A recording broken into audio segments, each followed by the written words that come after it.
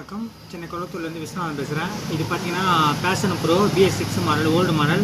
இந்த மாடலில் என்ன கம்ப்ளைண்ட் வரும் பார்த்தீங்கன்னா, கிக்கர் அடிக்கும்போது பார்த்தீங்கன்னா அடிக்கடி வந்து லாக் ஆகிடும் கிக்கர் ப்ரெஸ் பண்ணினா அந்த கீழே வந்து பார்த்தீங்கன்னா அந்த ஃபுட்ரெஸ்ட்டில் வந்து கிக்கர் வந்து லாக் ஆகிடும்.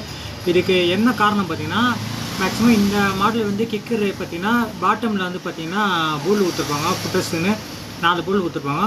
அந்த போல்டு பார்த்தீங்கன்னா லூஸ் கனெக்ஷனாக இருக்கும். அதில் போல்டே இல்லாமல் இருந்திருக்கும். போல்டே இல்லாமல் இருக்கும் பார்த்தீங்கன்னா வெறும் சிங்கிள் போல்டு அந்த மாதிரி வந்து 2 போல்டில் மட்டும் ஸ்டாப்பரில் கொடுத்துருப்பாங்க. உங்களுக்கு 4 போல்டு இருக்கும், அதில் 2 போல்டு இருக்கும், 2 போல்டு இல்லாமல் இருக்கும்.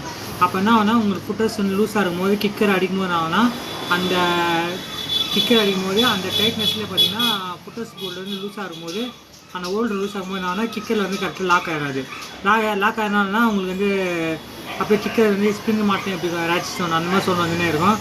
கிக்கர் ஒவ்வொரு டைப்பு கஸ்டமர் வந்து ரிலீஃப் பண்ணி எடுக்க வேண்டியதாக இருக்குது. இது மாதிரி கம்ப்ளைண்ட் வந்தால் மேக்ஸிமம் பார்த்தீங்கன்னா அந்த ஃபுட்டர்ஸ் வர போல்டு வந்து மாற்றிடுங்க. அது டூலம் போல்டு தான் வரும். அந்த போல்டை மாற்றிடுங்க.